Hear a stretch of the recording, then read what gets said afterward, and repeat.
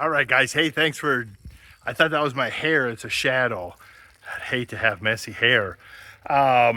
It's time to get ready to plant some corn. So I got water in the liquid system. We're trying it out, and I give it a little calibration.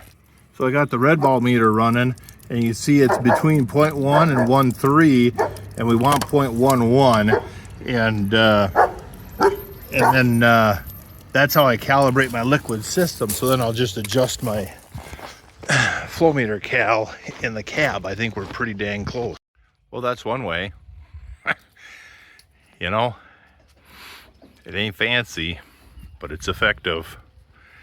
Like you say, function over fashion. It works pretty good. And then everything kind of gets agitated. Again, you agitate when you pour it in, and by the time you drive over here, it sloshes. And so yeah, we'll let him fill up, and then we'll go talk about what we got in there. The secret sauce, the root rocket, we're calling it. So what is in our root rocket? I'll turn you around here in a second, and I'll show you.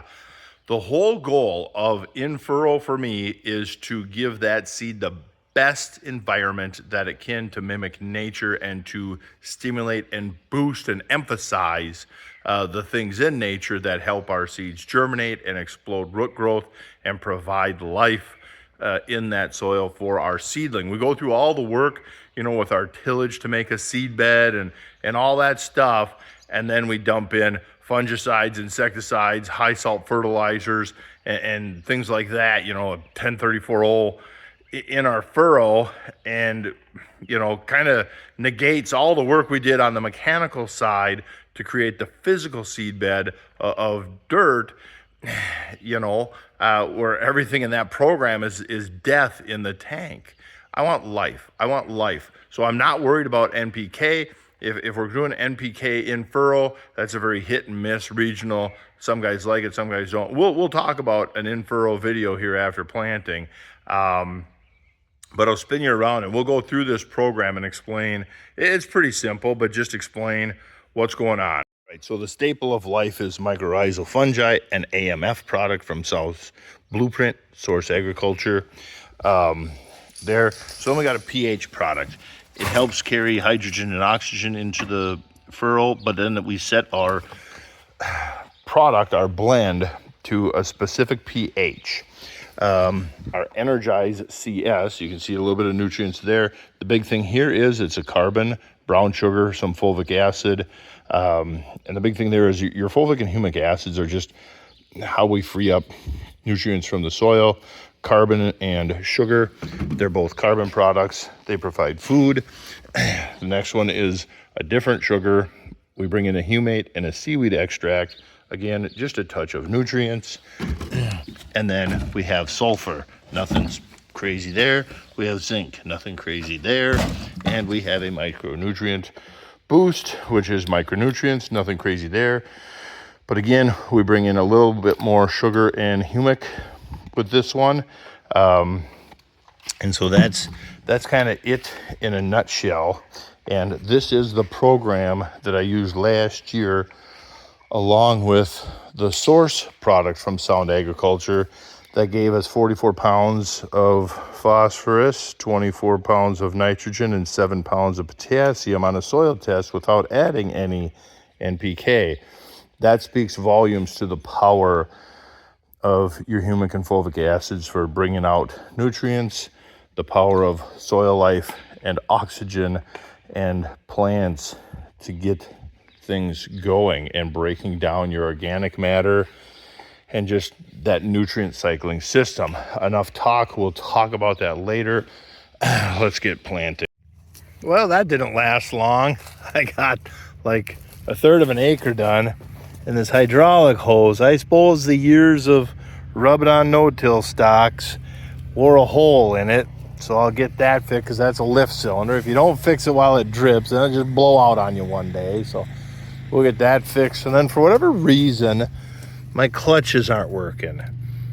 If you unhook them, then they're positive engagement, but running it through the system and turning them on, they're still somehow getting stray voltage or something where they're not working very good. So whatever.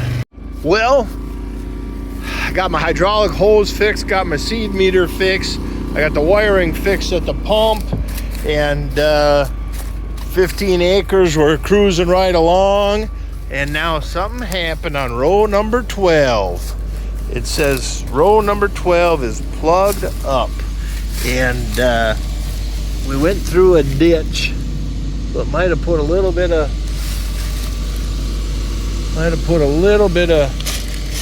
oh, that's because something happened. Oh, our chain jumped off.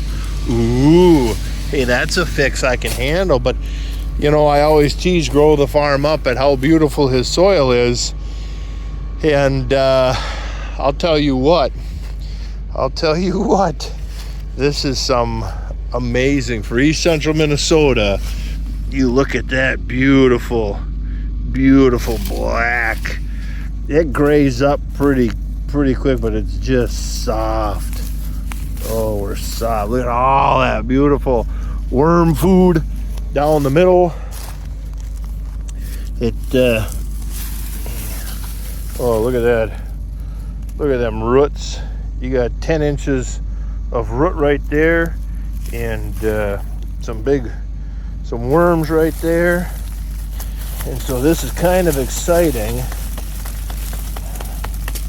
because look at the worm. It kind of exciting because corn on corn is going to just put most of this fodder will be gone by this summer. You won't even know half this stuff is here. And everything we're putting in the furrow is designed to promote this system. For think of how many pounds are in that couple hundred bushel residue of P and K, and the soil life around them root zones. And oh baby, this system's coming together. And you know, that soil life is one of the biggest holders or influencers of your water. So in our drought prone soil, to promote soil life is the best thing you can do to fight drought and deal with wet spells also, and compaction, everything. And so we're cycling a lot of nutrients. Oh boy, I'm so excited. I just can't, I can stop and take a nap in this stuff. Let's get this chain fixed so we can keep going. Got my marker out there, and steering by hand. I like steering by hand. I like using markers. I don't know. There's just something about it. There's just, I don't know. I mean, you ain't really, I could easily not use the marker and just count rows on every headland. But I don't know. It's hard to explain. But, yeah. We're on Massey, so going up this hill, we're gonna get over 5 gallons an hour, and then on the backside we're gonna be about 3 gallons an hour. And so planting, we average about 4 gallons an hour, I'd say, 3.5 to 4 gallons an hour. That ain't bad. Running about 200 pounds of down pressure, but I probably don't need it. But the ground is forgiving, so I can error a little on the high side of down pressure because I'm not going to compact the soil. Man, look at that.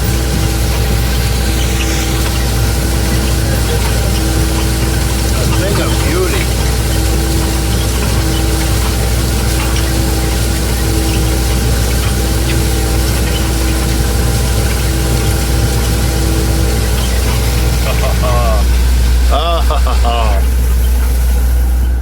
The greatest infurrow program in the world, going into this soil with all this promotion of life.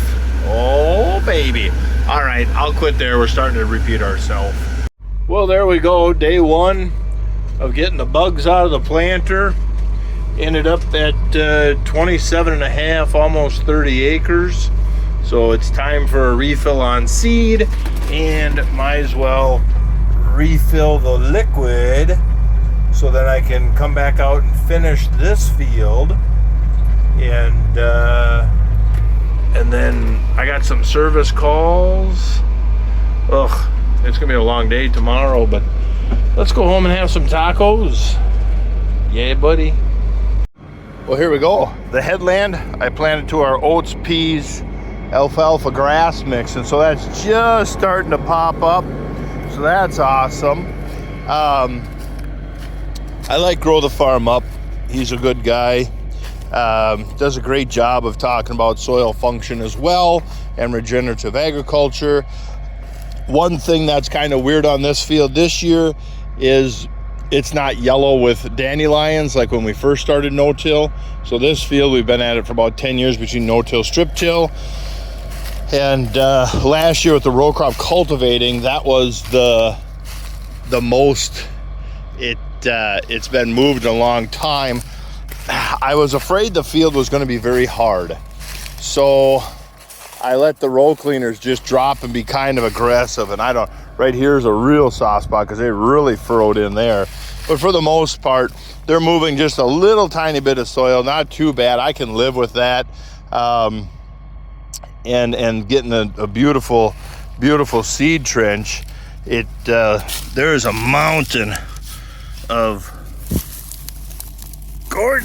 Oof. You know, look at them roots from last year. You know, they're going down 8-10 inches, and look at the size of them things where they finally break off at 8 and 10 inches. That's a thing of beauty right there, Clark. I'll tell you that. And we're starting to get there. I'm not worried. Cold and wet, there's no such thing as cold and wet.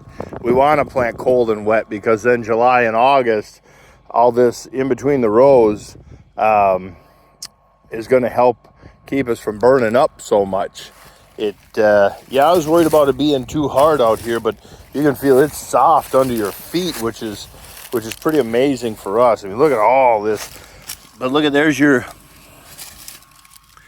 I don't need to buy products to break down residue. All that black speckling is soil life starting to break this residue down.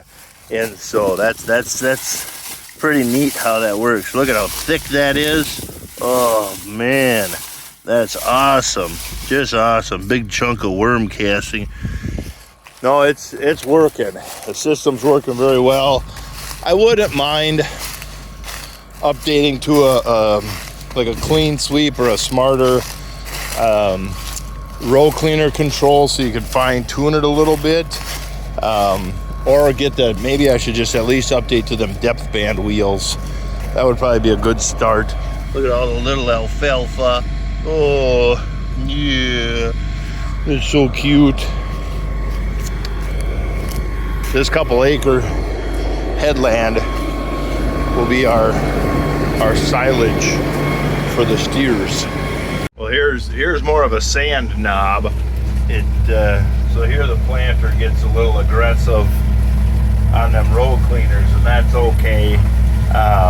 This is where the big improvements are happening, is on this ridge. Kind of goes up there and it falls to your right here. This is where the big improvements are coming.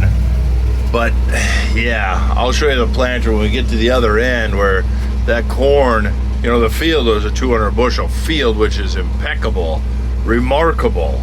But the amount of residue at the other end, I mean, that corn was just massive.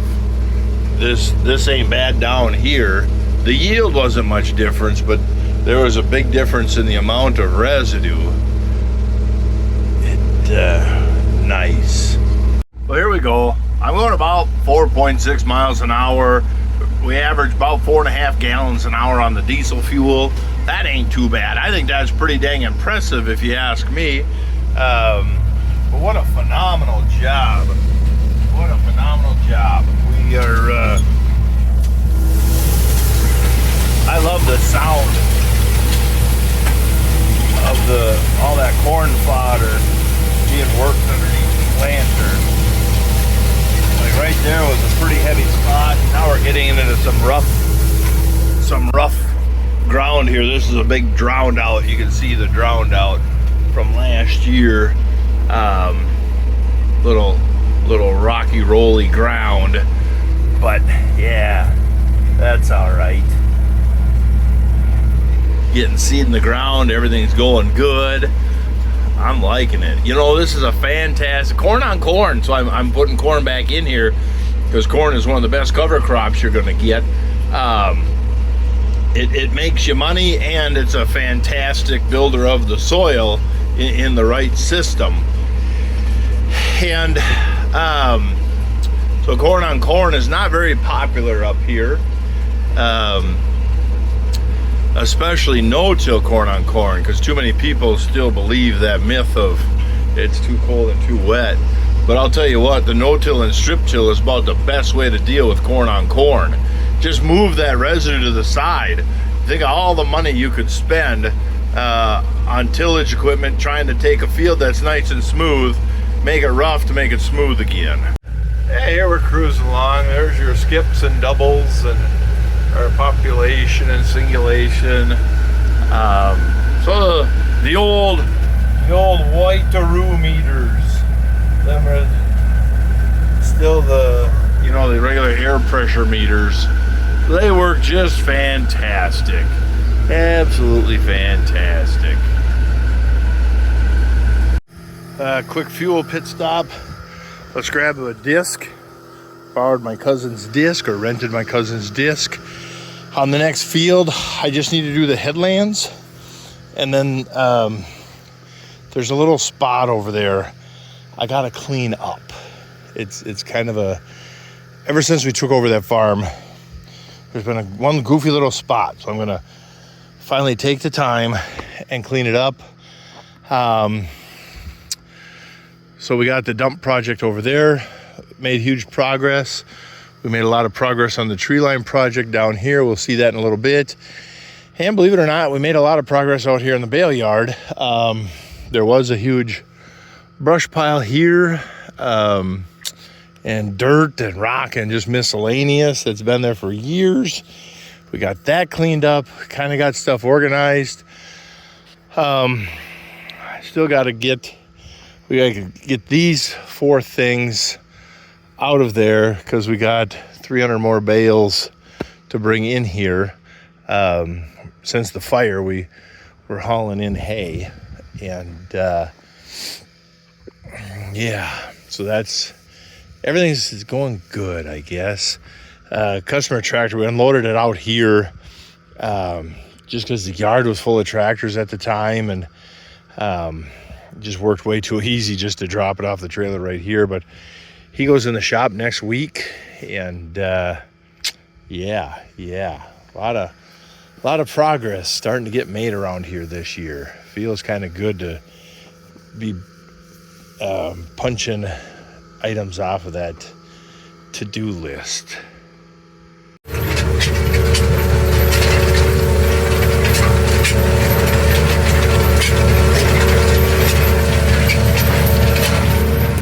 Oof. The 30-foot does a nice job, but with only a 30,000-pound tractor in front of it, that tail is wagging the dog. I think I can stop Massey pretty fast just by hitting the old down button. But yeah, just touch up these headlands a little bit from the row crop cultivating last year, and then let's go grab the planter. Oof. This farm needs some help. So we're gonna do a couple years of corn on corn to build this soil up. I'm just barely scratching. You know, you gotta get down a couple inches anyhow to level that out, but that's about all we're going.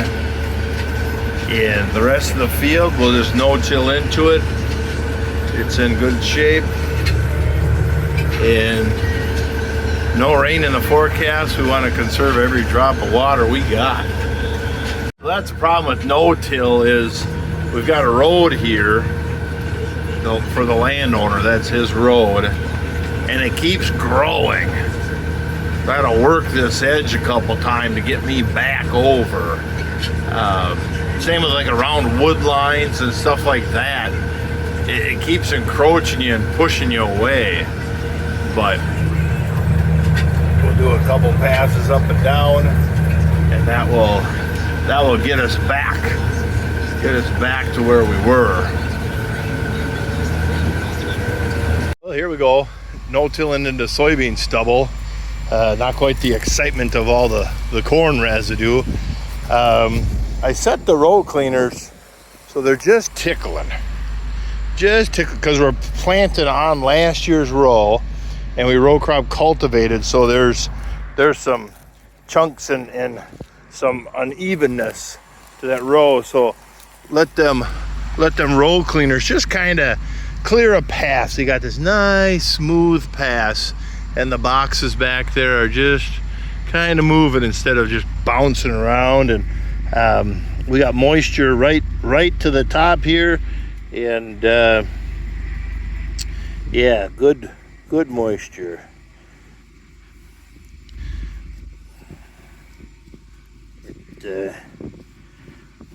Don't have a seed. You never find them. It probably helps if I'm not flicking it all over the heck. So yeah, there we go. Everything's looking pretty good.